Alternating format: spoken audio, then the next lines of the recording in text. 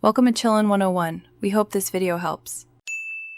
You start by grabbing the exact location link or coordinates. This is the data the QR will encode. Once done, pick a reputable QR generator that supports URL or geo, encoding and decide static versus dynamic based on whether you'll need to update the target later. Make sure to set an appropriate error correction level and output format now, because those choices affect scannability and print quality. This prevents rework and ensures the code points reliably to the intended place. You now generate the QR, paste the verified location URL or geo coordinates, and preview the encoded data.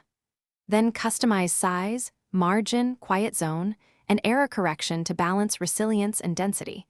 Choose high contrast colors and avoid complex backgrounds, and only add a small logo if it doesn't block key modules.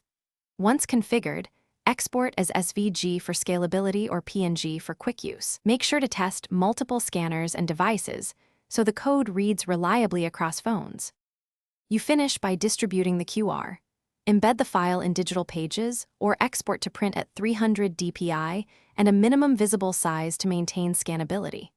Once deployed, test with native camera apps and third-party scanners and monitor redirects or analytics if dynamic.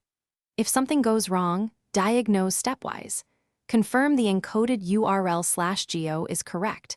Verify adequate contrast and quiet zone. Increase size or error correction, and reprint or regenerate.